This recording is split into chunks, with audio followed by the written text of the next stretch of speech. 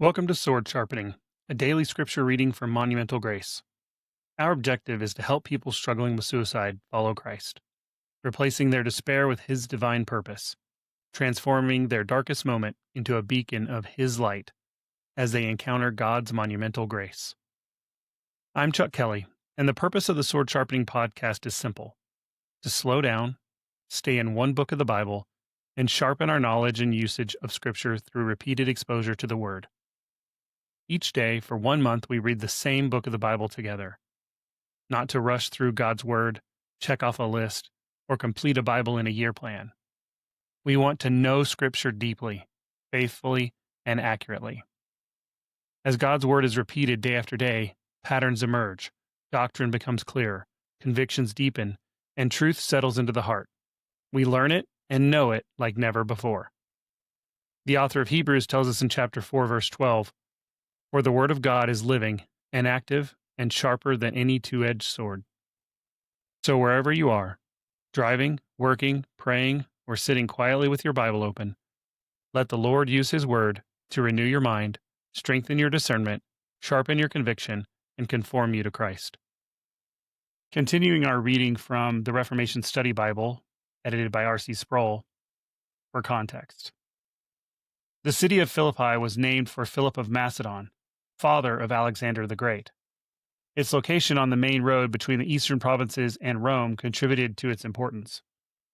A Roman colony populated in part by retired Roman soldiers, the city afforded its inhabitants the privileges of a Roman citizenship, including exemption from taxation and the right to due process in Roman courts.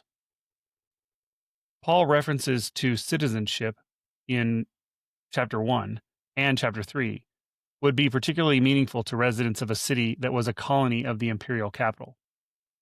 The absence of Old Testament quotations, though allusions appear, and perhaps elsewhere, but specifically in chapter 2, and the absence of Jewish names in the letter indicate that the church of Philippi was largely Gentile. The fact that Paul and Barnabas first preached at a place of prayer outside the city suggests that they found no synagogue at Philippi, an inference that seems to be confirmed by archaeological evidence. The book of Philippians rings with joy and gratitude for the way God was carrying forward His saving work among the Philippians and the special bond that existed between Paul and his readers. At the same time, there is a gravity of the letter. The Philippians faced persecution and felt the pressures exerted on them by false teachings.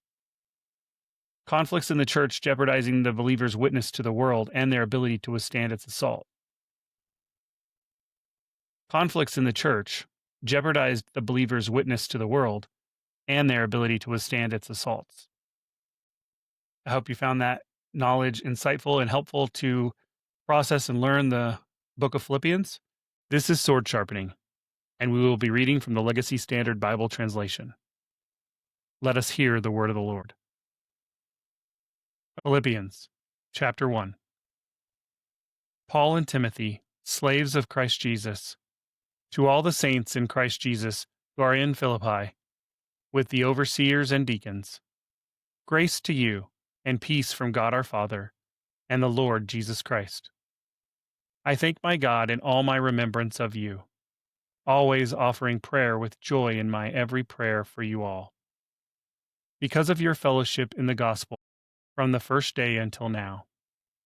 For I am confident of this very thing, that He who began a good work in you will perfect it until the day of Christ Jesus. For it is only right for me to think this way about you all, because I have you in my heart, since both in my chains and in the defense and confirmation of the gospel, you are all fellow partakers with me in this grace. For God is my witness, how I long for you all with the affection of Christ Jesus. And this I pray, that your love may abound still more and more in full knowledge and all discernment, so that you may approve the things that are excellent, in order to be sincere and without fault until the day of Christ, having been filled with the fruit of righteousness which comes through Jesus Christ, to the glory and praise of God. Now I want you to know, brothers, that my circumstances have turned out for the greater progress of the gospel. so that my chains in Christ have become well known throughout the whole Praetorian Guard, and to everyone else, and that most of the brothers, having become confident in the Lord because of my chains, have far more courage to speak the word of God without fear.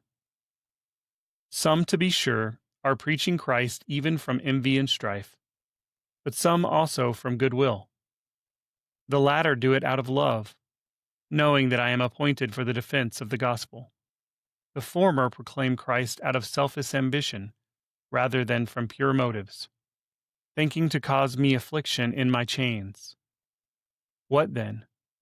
Only that in every way, whether in pretense or in truth, Christ is proclaimed. And in this I rejoice. Yes, I will rejoice. For I know that this will turn out for my salvation, through your prayers and the provision of the Spirit of Jesus Christ, according to my earnest expectation and hope, that I will not be put to shame in anything, but that with all boldness Christ will even now, as always, be magnified in my body, whether by life or by death. For to me, to live is Christ, and to die is gain. But if I am to live on in the flesh, this will mean fruitful labor for me, and I do not know what I will choose.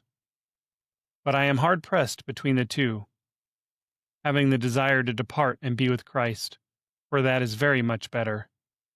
Yet to remain on in the flesh is more necessary for your sake. And convinced of this, I know that I will remain and continue with you all, for your progress and joy in the faith, so that your reason for boasting may abound in Christ Jesus in me, through my coming to you again. Only live your lives in a manner worthy of the gospel of Christ, so that whether I come and see you or remain absent, I will hear about your circumstances, that you are standing firm in one spirit, with one mind, contending together for the faith of the gospel, in no way alarmed by your opponents, which is a sign of destruction for them, but of salvation for you, and that too from God. For to you it has been granted for Christ's sake, not only to believe in him, but also to suffer for his sake, having the same struggle which you saw in me, and now here to be in me. Chapter 2.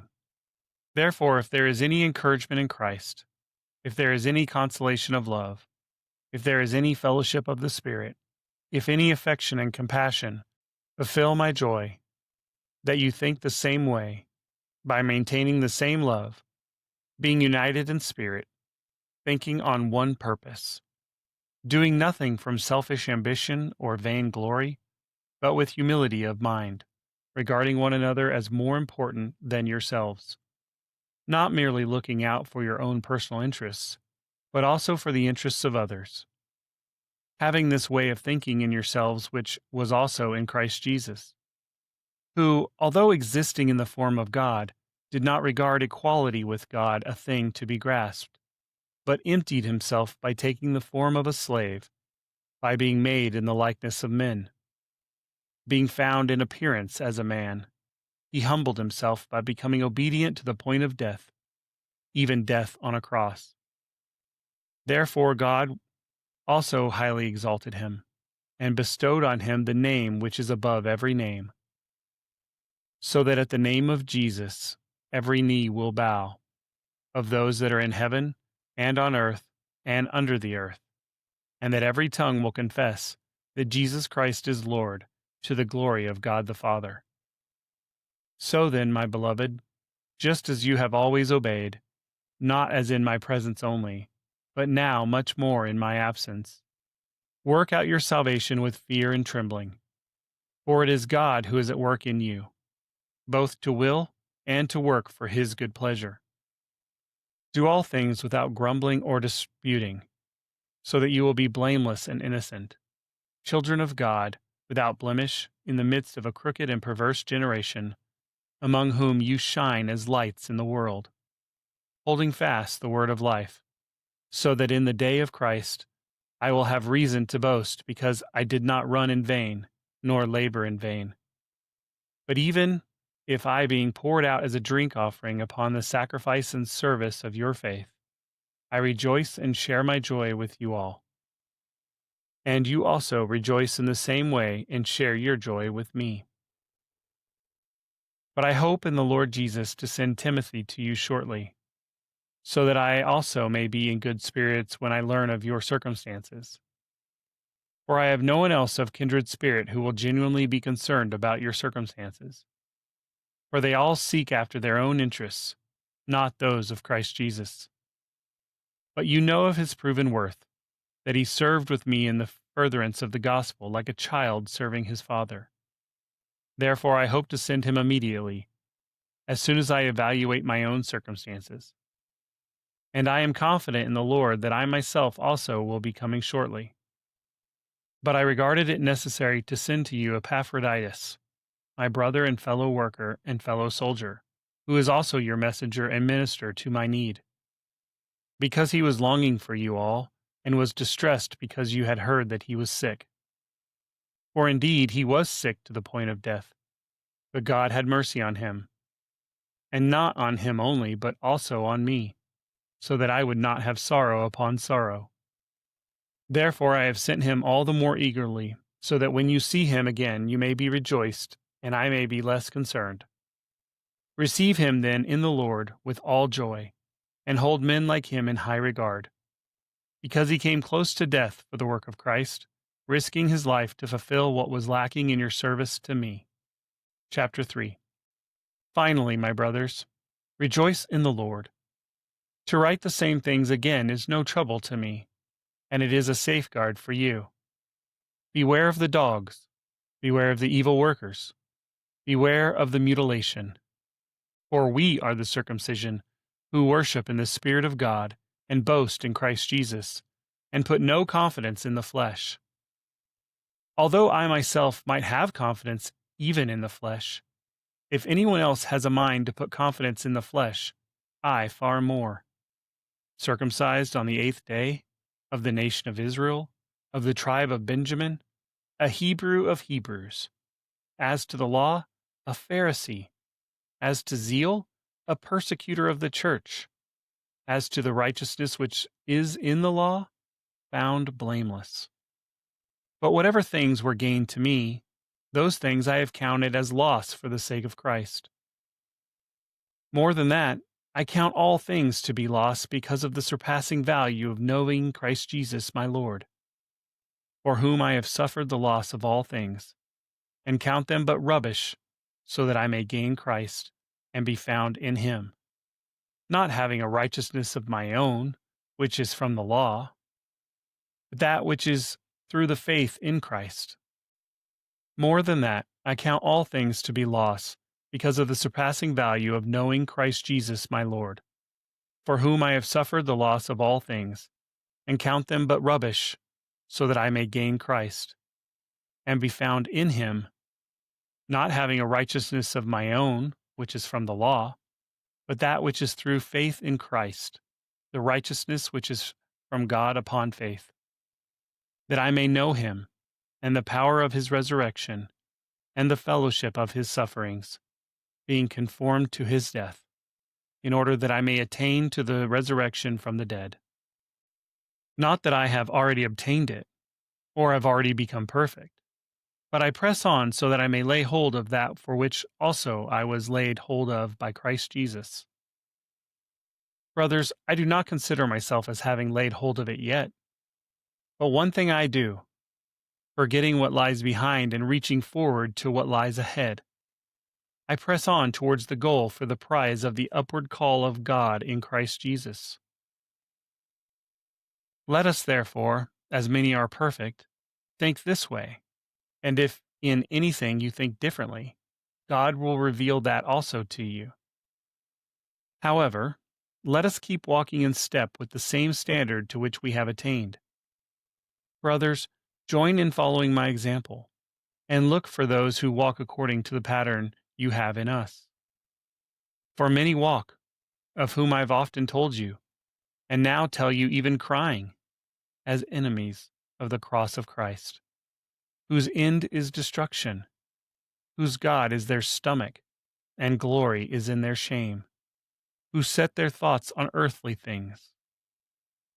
For our citizenship is in heaven, from which also we eagerly wait for a Savior, the Lord Jesus Christ, who will transform the body of our humble state into conformity with the body of His glory, by His working through which He is able to even subject all things to Himself.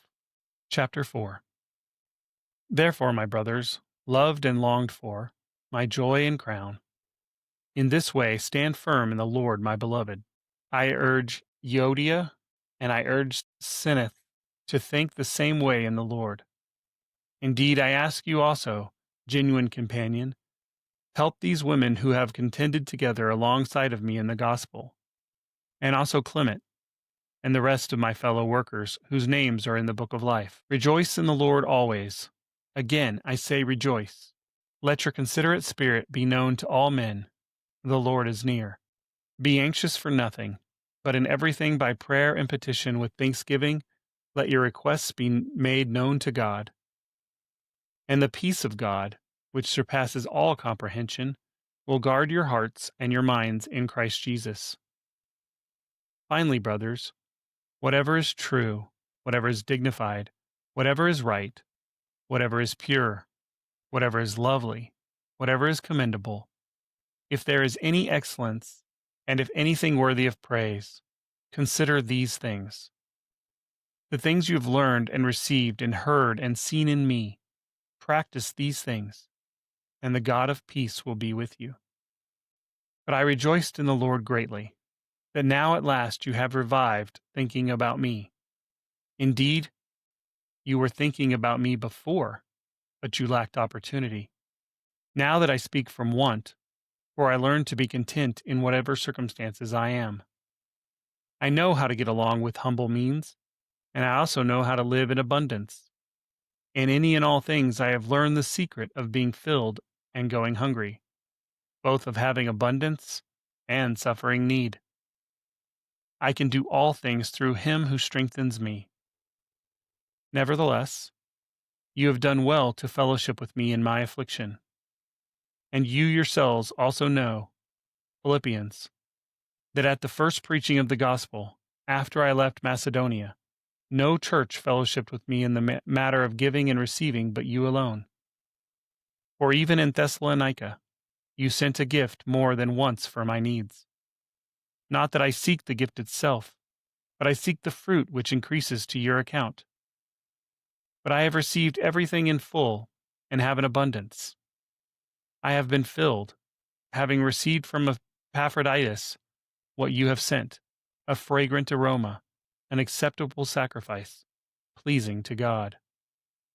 And my God will fulfill all your needs according to His riches in glory in Christ Jesus. Now to our God and Father be the glory forever and ever. Amen. Greet every saint in Christ Jesus. The brothers who are with me greet you. All the saints greet you, especially those of Caesar's household. The grace of the Lord Jesus Christ be with your spirit. You have been listening to Sword Sharpening from Monumental Grace. Continue in the Word today. Read it carefully. Meditate on it prayerfully. Return to it repeatedly. Hide it in your heart and remain watchful in your walk with Christ. As Paul writes in his second letter to Timothy, all Scripture is God-breathed and profitable for teaching, for reproof, for correction, for training in righteousness, so that the man of God may be equipped, having been thoroughly equipped for every good work. If this daily Scripture podcast has encouraged you, share it with someone who needs more of God's Word in their life. May the Word of Christ dwell in you richly. Until tomorrow, put on the full armor of God, stand firm in the faith, and keep your sword sharp.